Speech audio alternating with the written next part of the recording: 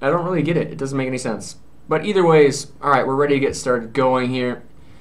So this is the official DTV Network podcast. This is our 7th podcast. We have a special guest today, Mr. ROOTJerbie from Root Gaming, a very high-level Smite player that plays for Root Gaming, is their mid player, and got a pentakill against me when he was playing Anubis once. So, why don't you go ahead and introduce yourself? Tell us how you got started playing Smite, and yeah. So my name's Jeremy. I just go by Jeremy B. So it's pretty simple to figure that one out. And luckily enough, I was shown Smite by a friend after doing Diablo 3 on stream for a long time, and ever since then I've been addicted to it. And I've been lucky enough to find a group of players that I've been able to become competitive in Smite with. So it's just been downhill ever since. My life's just gone to complete trash. My skin gets wider every single day, but it's starting to look up for the competitive scene in Smite. Definitely. Okay, so I have a couple questions for you. Very, very hard questions. I didn't know if you were going to be a part of the podcast until like 20 minutes ago, so I didn't have a whole lot of time to prepare. Sure. So these are the questions that came off the top of my head.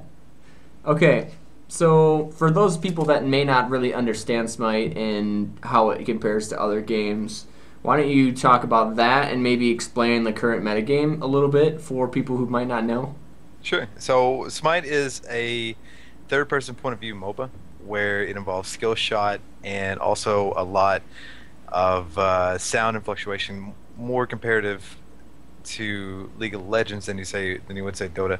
A lot of it does come down to where in Dota and League of Legends you practice your mechanics, you practice your hitting targetable abilities or what have you, an itemization. Where in Smite you could be the best player in the world and it doesn't matter how good you are, but if you miss those practice skill shots, then you're just as new or terrible or beginner as the next person.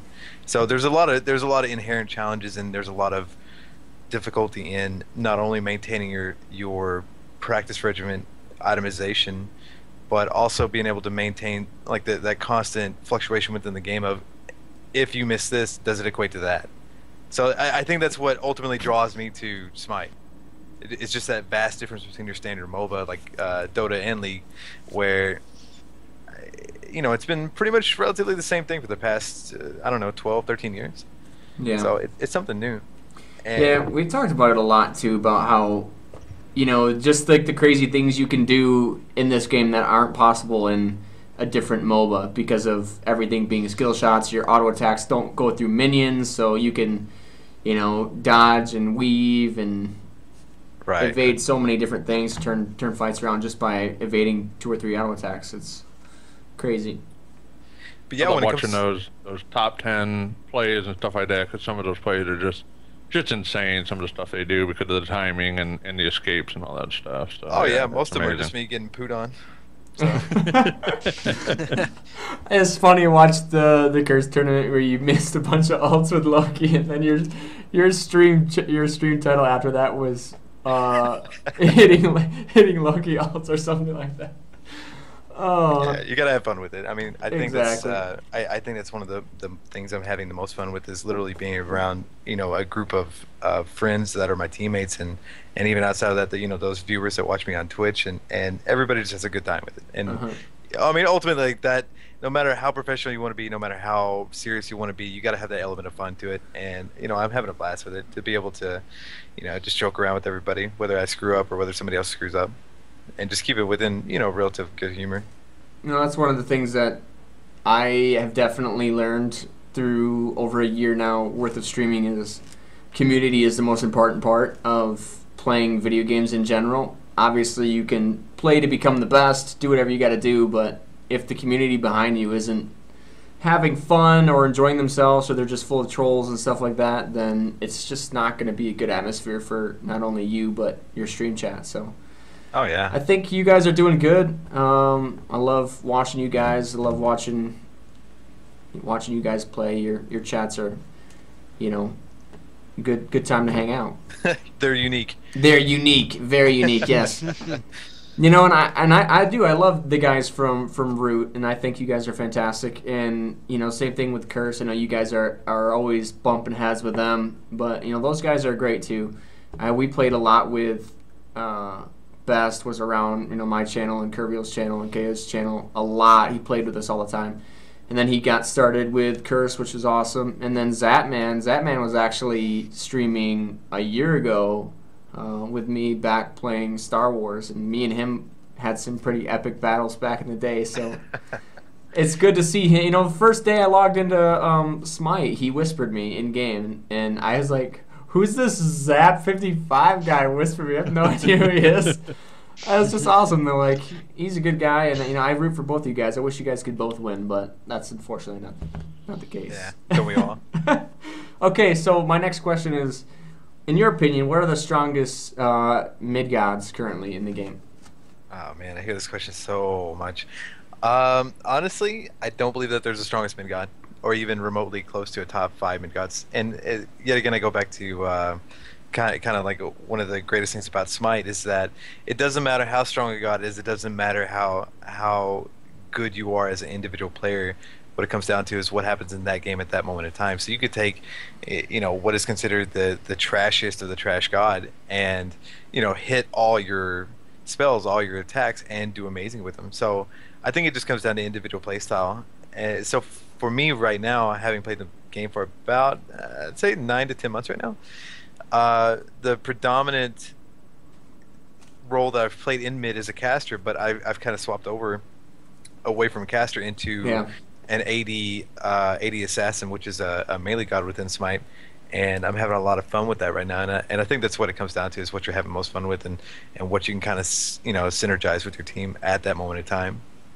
Oh, definitely. I mean, it all comes down to, you know, what's happening in game, hitting your shots and everything. But as far as just skill sets go, maybe I'll change the question. As far as a god's skill set goes, not regarding a player's ability, who has the best skill set for mid? At the moment, probably Loki, or I would say Loki, 100%. Loki is a AD assassin god in Smite, where he and one of the things that makes him so amazing is the fact that he is a very quick high burst damage god, and basically he's also a very safe farmer. So there's snowball items within Smite, like just for those who don't know, like a Heartseeker item, which gives you the most amount of attack damage in the game if you build up enough stacks. But the problem is with AD Assassins most of the time is that you can't safely farm those stacks without getting pounced on, killed, whatever the case may be, and losing those stacks. So, you know, with Loki, you have a decoy ability where it draws the creeps to them at a pretty far distance, so you're safe to farm it. So it equates into you being able to farm safely while doing a high amount of burst and being able to take out the enemy casters or the enemy AD assassins, right. You know, generally quicker than they can take out you. Right.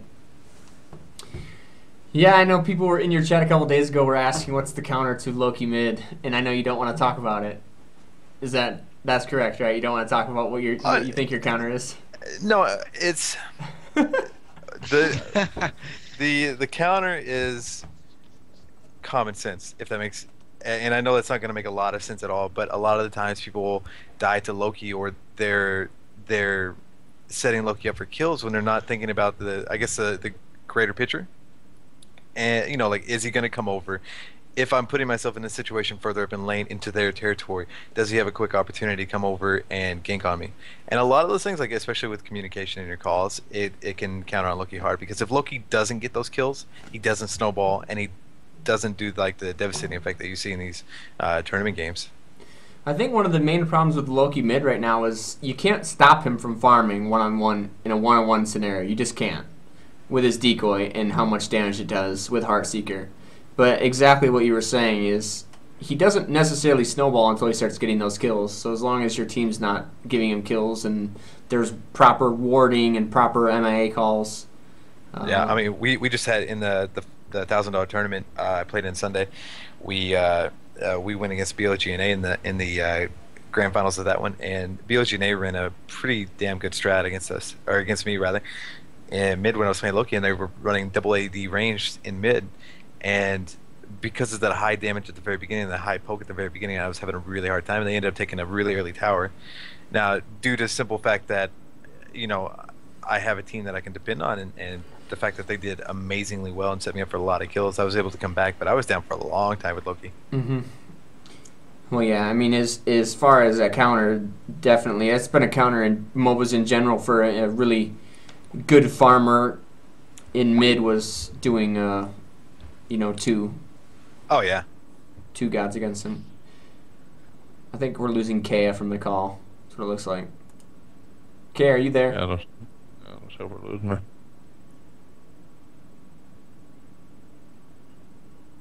Okay, well, when Kay gets back, she'll just pop right back in, so I'm not going to worry about it. Okay, my next question is, I know you and Curse are considered Root Gaming and Curse are considered the 2 best teams in Smite right now, which I think pretty much everybody would agree with. But you guys have been having a pretty hard time against Curse in the past couple tournaments. So, what is, in your opinion, the biggest thing that you guys need to work on in order to be able to take over Curse again? And this is such a deadly question to try to answer without 10,000 Reddit posts coming out. But no, basically, both of the teams have went in 2 different directions. Where ours has kind of formed into a group of very individually skilled players, and this is not a bash on Curse before I even finish this. And again, I will repeat, this is just my opinion, nobody else's.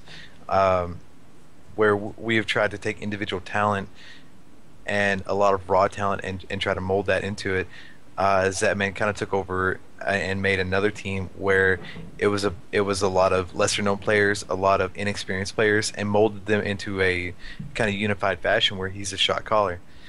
And because of that, they're very synchronized. They're very organized, and they synergize very well. In whatever calls they do, whether it be to go in, whether it be to go take Fire Giant, or whatever the case may be. The inherent problem with that is that when you depend on somebody for calls in the long run, you cap yourself off in a total skill level. And now, that's not always the case. Like, obviously, you see professional League of Legends teams where there's a shot caller, or professional Dota teams where there's a shot caller. But in Smite, and in my opinion, that's gonna eventually hurt them. So right. for us to be able to beat them, I feel it's just going to take time for us to become more trustworthy of us as teammates, to better synergize with one another, and to kind of have that ebb and flow within the game, and know more about what to do on an individual level, and then turn it into a team base. So in the end, I think that it's going to make us weaker at the moment, but over the course of a long run, that noise. Over the course of a long run, it's going to end up, making us stronger for it. Definitely. Well, good answer, sir. Good answer. No, I love watching both you guys play. I wish there were more tournaments, and I wish you guys would play a tournament every night, because when I'm not streaming, I watch Smite all the time. I love it. I love watching you guys play. Okay, so then the last and final question I have regarding Smite is Smite's future. Where it is now, I guess, currently, and what you expect or would guess is going to happen going forward with Smite. It's a really scary thing for me. I was lucky enough to be able to make enough money off Diablo 3 to take a year off from actual real world work to kind of go after my dream of being an esports player, just because that's what I've always wanted to do. And it's scary for me because the honest answer is Smite is made by a company that doesn't have the greatest track record, that is immensely full of potential, but it's up to high-res to kind of top it off, and to do the right things when it comes to marketing, when it comes to setting up tournaments, payouts, whatever the case may be. And for me, the only thing I say is I've got to be optimistic about it. I've got to step back and say, okay, well, this is this is what I want, hopefully, for the next few years, my source of income to be, and what I do for a living to be. So I hope it does well. I really do. I hope nothing but the best, and it's growing. It's slowly growing because 6 months ago, the tournaments, the first place prize was EPing. Yeah. Now 6 months later, each weekend is either $250 or $1,000, and we just got done with a $10,000 tournament. So it's growing. It's almost disheartening though. When you see like, okay, well, we just had a $10,000 tournament, and then you look, at some kind of website and see, League of Legends having a $5 million tournament, huh? Okay, that's pretty comparable numbers. So, I guess I'm just gonna be patient with it and see how it goes. Definitely. Yeah, hopefully it'll keep going. So yeah, I saw the Reddit post about the payments. Are they getting that sorted out, or how is that all going? In that regard, I have no clue. I just know at the moment, Hi-Rez owes us in tournament winnings of about $3,500. So we're just waiting to hear back from that. But in the past few months when we've won a tournament, they've been very quick about their payments. So me personally, I don't have any qualms about it. So we'll see. Yeah, right. I hope so. Any plans for Root Gaming to make an appearance at PAX Prime?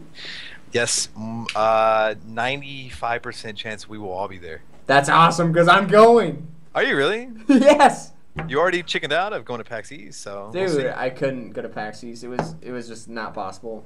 You didn't want to go. It was so cold. I was so miserable with the weather there because I am just a 60s to 70s kind of degree temperature kind of guy, and poor baby. Oh, I know, and I go there and like, well, the first day I was there, I said to myself, okay, well, I'm gonna go straight to the car, and then I'm gonna go straight into the convention building from the hotel room, and so I ended up deciding to wear shorts and a hoodie. I'm just used to Kentucky weather, and I bad decision. I don't even think I have leg hair left. Like, they just froze off. Bad decision. Oh, yeah. But I had a blast at PAX East. I got the days, and I'm like, it's Boston. There's no way in hell I'm going to PAX East. I moved to Florida to get away from all that shit. I'm not going back for snow, or even for a convention. We're bound and determined to get to PAX Prime because we had a blast at PAX East. We got to compete in a tournament. Definitely. We got to meet all kinds of amazing people. Hi-Rez took us out to eat at Charter House in Boston, which is a really nice, super nice place. We go inside the building, and it's us as a team going in there. We're all in like jeans and a shirt and a hoodie, and then we're looking around and everybody's in like suit and tie, and that's one of those places. The waiter's just looking at us with disgust, and I was getting ready to ask for A1 sauce with my steak, and oh, that's a no. Yeah, a buddy of mine just kind of grabs my shoulders and says, no. I love my A1 too, though. I mean, hey, what are you gonna do? Yeah, we had a good time, and hopefully we can make it over to PAX Prime and just have an even better time. Definitely. Yeah, I mean, I know as a stream community here for the DTV Network, we've got forums and stuff set up where we're trying to get people to post and let us know if they're going to PAX East next year. But I'm trying to make it to PAX Prime as well. So I'm going. I mean, it's happening. It's definitely happening. But I just gotta get everything else worked out, funds wise. But it's happening. We're going. Oh yeah, I can't wait. Awesome. Okay, well, Amy's upstairs making... Wait, no, she's not making cookies tonight. She was going to make cookies tonight, but she can do it on Wednesday. So, Molly and Macho Madness, two of my wonderful subs, you guys will get your cookies probably by the end of this week. Probably by the weekend. Okay, so, moving on, I guess. Now that we have picked Jerbie's brain about Smite... Again, you're welcome to leave if you have other things to do, or you're welcome to stay if you would like to stay. Oh, no, I'll stick around, man. Cool. I'm having fun so far. Awesome. All right, so the next topic is Defiance. I've been playing a lot of Defiance recently on stream, and I don't know if anybody else in here has played it. I think Kerviel said he played the beta, didn't you, Kerviel? I played the beta for a little bit, yeah. And I played the beta, and I streamed the game itself a couple times too. Awesome. I played it. So, I'll let you guys go first then. Penguin, what do you think of Defiance so far? I think it was fun initially. I think endgame, it doesn't have a good MMO feel. I think it's lacking the whole from people who've played the game a lot more than me, who've got to the 1,000, 2,000 rank ego, they've said that there's no difference between a 2,000 ego dungeon or mission than there is from a 24 ego mission, and there's no real pursuit for legendary items, or like there's no real drive to play 17 hours of this game straight to try and get a ruby crystal or whatever it might be. There's nothing to necessarily keep you there in the long term for 5,000 ego ranks. So I don't know. I'm hoping maybe in the future they'll patch it so that they add something to keep me going. I found the game fun though, from what I played so far. Definitely. That's pretty much, I think, everybody's take on it. Like everybody keeps asking me, everybody keeps asking me whether or not they should buy it, and I tell them, 100% honesty here. If you're looking for an MMO and a lot of the features that would come in a standard MMO, this probably isn't the game for you. But as far as like an FPS goes, I mean, even though the dungeons or whatever in this game don't really offer any huge rewards, they're still really fun. I still enjoy doing them. The boss fights and everything, that was a blast. And the PvP in it's not bad either, although I'm terrible at it. But it's not bad. I can't even remember the last time I was excited for MMO. I think I got excited about Star Wars The Old Republic when they came out, when I was just utterly disappointed. What? Why were you so disappointed in that game? That's like... well, I was excited, I wanted to play Bounty Hunter, and I wanted to go on assassination missions. I didn't want to shoot out green globs that somehow healed people. And it became a monotonous grind. Just like almost every single MMO out there, it becomes a monotonous grind. Every MMO promises some kind of unique feature. Like with Defiance, it's going to coincide with a TV show. But then you get into the game and it's just okay, kill X monsters, shoot X thing, collect X loot, and that's about it. Like there's no change up. There's no real oomph to it. And from a game design standpoint, though, I mean, how do you really fix that? I mean, there has to be filler quests. There just has to be that. Someone put it this way to me, because I was talking to someone who was an avid World of Warcraft player, and they were saying if you want to be the current World of Warcraft, you need to go back to what World of Warcraft was back in vanilla, because there's a huge market of people who love vanilla World of Warcraft with huge raiding groups, which they've now capped in the most recent expansions. So they said, don't try and compete with World of Warcraft now. Go back to the old school roots. And that's why at PAX East there was this new MMO called WildStar that I went and checked out, and it was really interesting to talk to those guys, because apparently a couple of those guys worked at Blizzard on the original vanilla World of Warcraft, and they said what they wanted to do was bring back vanilla World of Warcraft today. They wanted to basically bring it back, which was really exciting to me, because I played vanilla World of Warcraft and then I haven't touched any of the expansions since. WildStar was extremely fun to play. I loved playing and trying it out at PAX. Oh, nice. You played it too, Jerry? Oh yeah. They one of the things in it is you can dodge attacks too inside the MMO. Yeah. So I thought it was kind of cool. It was cool. Yeah. And Kerbiel, you pretty much just agree with Penguin as far as Defiance goes. I couldn't say it any better as far as he said it. It just didn't seem like it would have the longevity. It kind of felt like when I first looked at Guild Wars 2, I just didn't see any end game, and so yeah, I'm kind of glad I played the beta a little bit so I didn't, get too excited about it. Right. Yeah. The WildStar, I did look at that. Somebody showed me a video of it, and it's amazing how much it looks like World of Warcraft. Though it looks exactly uncanny. Like it almost looks like an expansion to it. Like you're like you have to go check out a video of it because it is so similar. It's unreal. But it'll be interesting what they do. But yeah, that's a big thing. Like with vanilla World of Warcraft, I played EverQuest for like 9 years, and I don't know what it is that kept that game, like, it just sucked everybody in. I mean, there's no way I could play something like that now, because it takes so much time. I mean, there were raids, one instance that would take, an entire weekend. You'd start it on a Friday night and you'd finish it Sunday night, and people would log in at, 10 a.m. on Saturday and 10 a.m. on Sunday and play all day. And, it's just insane. Nobody has that kind of time anymore. But I think the biggest thing in that was the Epic Quest. For the weapons for every class. They took so long to get. I mean, it'd take you a couple months to do everything because you had to go and do all these different raids and all these different instances, kill these different bosses, and then you had to do mini ones that were just for those quests. And I think World of Warcraft was trying to hit on it, but the problem is that they only do it for like one class at a time. Like in the last expansion, it was for, I think, wizards or mages or something, that staff, with the blue dragon or something. So I mean, they're trying to hit on it, but they're not doing it for all the classes at one time. So yeah, I think if they did something like that, that'd boost it big time. I don't know. For me in MMOs right now, like, I just find the absolute amount of time you have to put into something like that anymore, I just find it exhausting. I don't know. I feel, that's one of the reasons I enjoy playing Smite, is even though you see the same gods and, X amount of games per day, the way it plays is just different every game. Different things happen every game. But, I don't know, MMOs just, sometimes they just burn me out. I get burned out on too fast.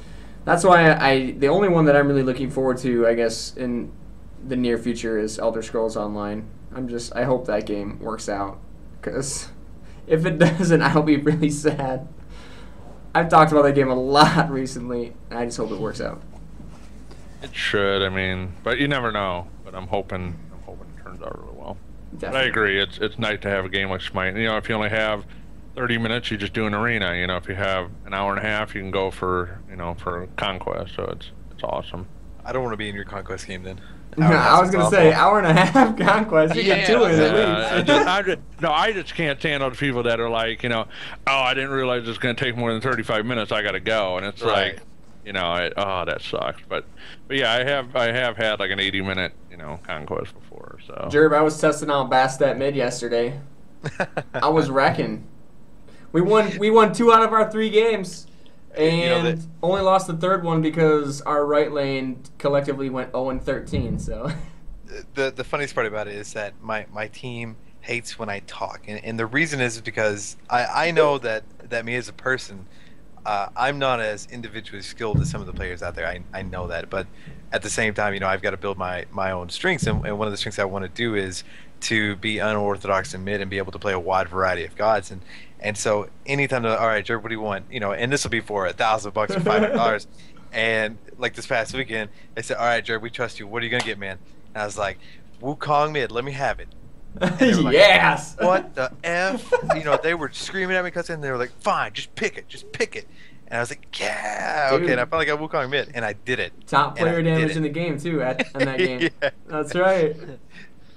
Yeah, Wukong's got that same, kind of farming potential that Loki has. You can clear. I kind of thought of it kind of a mixture of Loki mixed with the side clear of Kali, if that makes sense. Yeah. And so to me, like, the only bad part about Wukong is that he does have to get close, and he doesn't have any kind of sustain. So it was kind of rough at the beginning, but it pulled out. It worked out in the end. Yeah, I don't know. I think Bastet mid is incredibly fun. I destroyed a Poseidon. I destroyed a AO, and then I got destroyed initially by a red buff to Odin, but then I came back and destroyed him. So. Oh yeah, she's a lot of fun. I used to play her in competitive play, but the cat's her ultimate as it is completely useless. Honestly, I think the only change that needs to happen to her cats is right now they just get bonus damage when you level them up. They need to get some sort of like extra protection or more health or something because it's so fast at the end. I really do think movies, it's so easy to kite them. Yeah, definitely. I mean, that's like one of the predominant. It's one of the predominant flaws of Smite right now is that there are gods inside the game that are dictated purely off movement speed. Like your Bakasura, his ultimate slows you, Bastet slow. But when you have an ability in the game that completely negates movement slowing effects and makes you even faster, then that god loses literally all potency. Yeah. So it's really unfortunate, but they'll get it fixed. The most recent buff to her, though, I think was a really nice change. I love jumping in with Bastet and people trying to kill me, then just jump out. So funny. Do they still have the bug in? I don't even know if it's a bug or if it's working as intended, but with the whole portal where you can like portal across the map with Bastet. Somebody said Maddie did that the other day. Well, was it like a week ago or something like that? But either way, I don't know if you can. Somebody said it was patched, but I don't know. Yeah, I'm not sure either. It's funny though. There's a lot of things that get patched that all of a sudden, wait a minute, they work again. It's really funny. Okay. And the last thing what we were really going to talk about was the Borderlands 2 update. I know Borderlands 2 got a huge update, increasing the level cap, giving a new game mode, adding in pearlescent weapons again, which was probably the best part of Borderlands 1 was the pearlescent weapons. But I haven't played Borderlands 2 yet, and that question was more geared towards TGM, who has been playing it a lot recently. So I don't know if we should skip that question or what, because I wouldn't be able to answer any questions on it. Yeah, I know he hit. I know he hit the new cap. So yeah, he's probably the one to. Yeah. Nice. So he hit the new cap already. So yeah, he's probably the one to ask about that. So. Nice. Giveaway info. That's right. Yeah, let's talk about that. Let's give us the update on the whole giveaway situation with the gaming PC. TGM has a moderator that programs bots, and so I went and checked out his bot. He's done some amazing stuff with it. It's really kind of cool. It even does stuff like if somebody posts a link into chat, it looks at the link and tells you what it is in the chat, so that way you know whether to click on it or whether to ban it or anything like that. So I thought that was a pretty cool feature. Yeah, it's really neat. It even gets the shortened ones. If they do like the bit.ly in the shortened one, it'll go and pull it, get the title of the file, and then post it in chat almost instantly. So he's making huge progress on it. So that's basically why the giveaway hasn't started yet. So it'll probably be the 1st of May, because I want to do it just on a monthly thing. So as much as I wanted to start it in April, it's probably going to have to wait. I mean, we're already, I don't know, maybe we'll do it in a week if the bot gets done, but I've already started ordering the parts. I've already got the case, and I've got the nice and the power supply. So I mean, that stuff is nice. 16 gigs of RAM. Solid. Jerb, if you don't know what we're talking about, the DTV Network is doing a raffle. Basically, it's going to happen once a month where Kerviel builds a $1,000 gaming PC, and we will give that away at the end of each month. Can I rig it somehow? Like, I love free computers, man. No, it's going to be awesome, and we're going to, if it raises X amount of dollars over the cost, because obviously Kerviel's paying for the computer, so he's got to get covered in his cost. But hey, that's cool stuff, man. I love when people go out of their way to do good stuff for streams. No, it's good. I think it's going to be good. It'll bring in a little bit of extra revenue for each of the members of the network, but it'll also hook people up with some cool stuff. It's going to be a good time. So it's going to be nice. I mean, we're basically as the donations come in and go higher, obviously the product will get better. So I mean, if it hits a certain point, instead of an i5, it'll be an i7. If it hits another point, put a capture card in it, things like that. So it's going to be nice to be able to tier it based on the amount of donations that come in. But it's going to be great because it'll be donators will be able to donate and help support the streamers and and help pay for the prize, obviously. It'll help all of us get money together to go to PAX, but then we also want to do, that's where the bot comes in. We don't want people that can't afford to put money in to not be able to enter. So the bot is basically going to track viewers that are in the streams when the streamer is live, and as they're in the stream, they will earn points, and those points can be redeemed for entries into the giveaway. Right, so, similar to that Manabot type thing, right? I think I got a message about that at some point in time. Similar. I don't know. I don't know exactly what you're talking about. A Manabot? Yeah, I've seen it sometimes and I apologize if I interrupted your. No. But I've seen it sometimes in Diablo 3 chats where, they'll have their bot set up where if you stay that's where minutes, we got the idea from. Yeah. Right. Yeah, we actually contacted. Names. Wizard Bot and yeah. Well, we contacted a lot of those guys trying to get, information on the bot, and they pretty much were not willing to help us, so we asked somebody to write our own bot. All right. Yeah. Which is kind of sad. One guy did get back to me, the nicer guy that I asked, but it took him like a week to get back to me, so it was like, well, if this other guy doesn't work out, then I'll let you know. But the one guy, it was like, oh, who did your bot? And he's like, oh, a programmer. That's all you need to know. I'm like, okay. I'm like, Thanks. Wow. Yeah, I know. G14 classified information, sorry. The crazy thing is the guy that said that to Kerviel, I wrote him this long message and because he's a sub partner for me on my Game Fan shop, so I can see how much money his Game Fan shop brings in. And I was actually, I wrote him a message saying, hey, thanks for, because obviously he started streaming after I started streaming because he partnered himself through My Game Fan Shop, and I like said, "Hey, thanks for being a sub shop of My Game Fan Shop," and I was like completely nice. He never even responded to me. Like didn't even respond. Oh, some people. Okay. Yeah. So that's the plan. So it's going to be nice because the bot will basically track the people that are in the streamer channel. So like if somebody's watching Penguin and somebody's watching Deacon, they'll actually earn double point. Because they'll earn points for each stream that they're in that's live, and then they can turn those points in and get free entries into the giveaway. So that way, people that can't afford it can do it. But it'll bring in a lot of traffic, for people that want more. Even people that donate and get free entries. If they're in the stream hanging out, they're going to be able to, and say I'm on, and TGM's on, Penguin's on, Deegan's on. I mean, they can be in all 4 streams and get, get points. So the big thing I'm trying to work out right now is how to include EU into the giveaway, because with their VAT, it will kill whoever wins.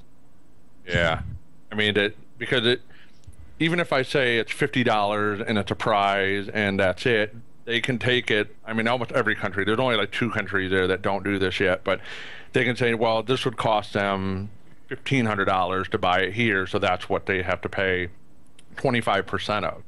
So then they're going to be paying $300, and it's like, holy crap, it's I don't know. I'm trying to figure out a way around it. I don't know. There's got to be a way around that. Well, if I build it and I put it back in the box for the case that it originally was in, and I just tape it up and I send it, I mean, they're probably going to look in it, or maybe they'll just have drug dogs sniff it. I don't know, and then let it go, thinking it's just a case and it's only $50, and they'll go through. I mean, it might be a risk we have to take, but we'll do the first one and see how the interest smugglers is now. Yeah, and as long as there's enough money in it, because shipping it over there is $200 to $400. So, it's a lot. I mean, $60 just to ship cookies to Europe. Like, it's expensive. Oh yeah. Your mic just cut out there, so we didn't hear what you said. I'm sorry. I mean, if it brings in the money, I mean, I'm willing to do it. So Yep, we'll figure it out. Things will work, and it'll be a good giveaway. But I think that's pretty much it for the stream tonight. Anybody here, want to talk about? I know Jerbie stream pretty much every day. We all stream quite routinely. If you want to talk about what you're streaming, what your schedule is, and let people know when you're going to be live and stuff like that, please go ahead. If you guys want to go ahead first, I guess.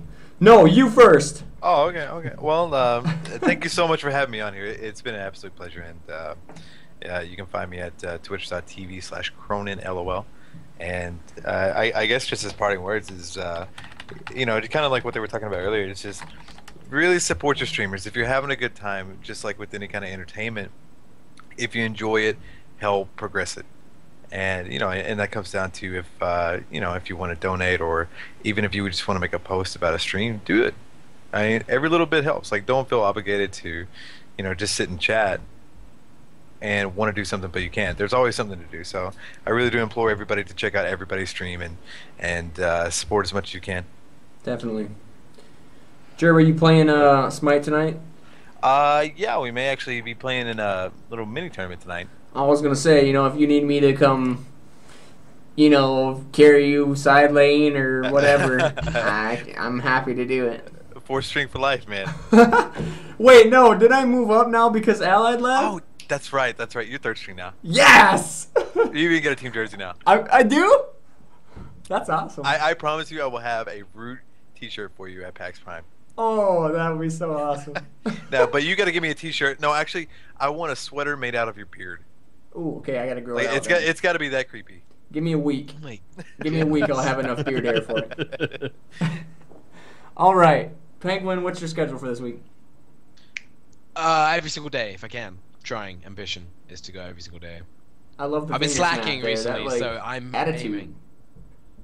But yeah, I have to get it done. I've been slacking the last couple of weeks. I came back from PAX, I died because I was so ill because of the weather and it was so cold, and I felt like, I felt bad. And then I've had some real life stuff to deal with, work and family and stuff like that. So I have been distracted from streaming. So I'm hoping to get back into a more regular schedule. Pretty much Warzy and Daisy still? No, moving away from Warzy. That game is pretty much on its last legs. I don't think War Z will Finally. exist in 3 or 4 weeks. I'm done with that company in general. Yes, finally he says it. Finally, I cannot stand it anymore. Their forums have been down for 10 days, and they haven't gone back up online. Their databases got hacked. Every single password details were stolen. Streamers' actual accounts were stolen. They got rid of all their global inventories, and it was a disaster. I don't know. I'm done with that game. I think so. It's into Daisy again and other things too. I think that's a good choice. I was watching you play Daisy Epoch a couple days ago, and I laughed very hard at a couple moments that you found yourself caught. Daisy is it's good for that. It's definitely good for funny situations. All right, Kea, what's the deal for this week? I'm continuing to work on the forums, off stream. Yes. You like working on the forums. I've been trying to check them. Kea. I've been doing good. Very good. Okay, so there's the forums, and then I finally have a decent headset again, thanks to Curve and Astro. So I can get back to streaming again. So I'll be doing. I'm trying to break it up to where I can, because Minecraft, there's only so much you can do. I spend a lot of time reading more than I do actually playing. So. Yeah, I'm a wiki nerd now. There's that, and then also Smite. I love to do arena games and having people be able to play that as well. It's fun. Definitely. A lot of viewer games, so yeah, a lot of fun. So you're actually getting back into playing Smite again, finally? Yeah, the other day I played like 3.5 hours, which went by pretty quick because you can. Between waiting and getting everybody, that wants to play in, it takes a lot of time. So I was able to get about 8 games in. Nice. So. Good stuff. Awesome. Curvio, what's the plan for you this week? Finish ironing out this giveaway. Probably just going to play various different games. I was planning on streaming today. I even changed the title on my stream, but then never actually got to streaming. So I just gotta get that together. It's so dumb. I'm like, okay, here's my title. This is what I'm gonna play, and then I just start diving into the giveaway and stuff like that, and looking for the deals, and that's where I found the RAM for super cheap. So I went ahead and snagged it. But yeah, it's just. A lot of different stuff this week I'll be playing, so... Yeah, I didn't even start streaming today till almost 2:30. I sit down on my computer and something pops into my head, and if I don't do it right away, I know I'm going to forget. So I'll dive into reading something, trying to fix something, trying to get something prepared. I don't know. But that's how it works. You throw a stream up, and you just start watching it, and next thing you know, an hour and a half's gone by, and you're just like, oh. That's how it works. It's all about that production quality. You got to make things look nice. What are you laughing at, Penguin? I like the way you just said that. I'm laughing at the nice. I'm laughing at Curvio spending probably 25 minutes writing a title out on his stream and then not streaming. And then Exactly, I did. I mean, it's insane. Like, I changed it like 5 times, reordered it, and then didn't even end up. So I even put the date on there, so you'll see it's like today, and then I didn't. What I do, where you change it at the dashboard, then you open up your own stream to see how it looks on the actual stream. You're like, I don't like the way that looks. I'm gonna change that a little bit. I do that. Yeah. Exactly. Oh gosh. And yes, I did. My wife is yelling at me for forgetting to clean the kitchen today. I did forget. But hey, what are you gonna do? I still cleaned it. I just didn't clean it till tonight. Anyways, all right, guys. That's it for the podcast. Again, thank you, Jerbie, for being here. I will be your ward biz in Smite anytime you want me to. Well, I appreciate it, man. Thanks so much for having me on. All right. Thanks for being on. Good having you here. That's it, guys. Have a wonderful rest of your Monday night. I'll be back streaming here momentarily, and make sure you check out everybody else's stream. All right, later.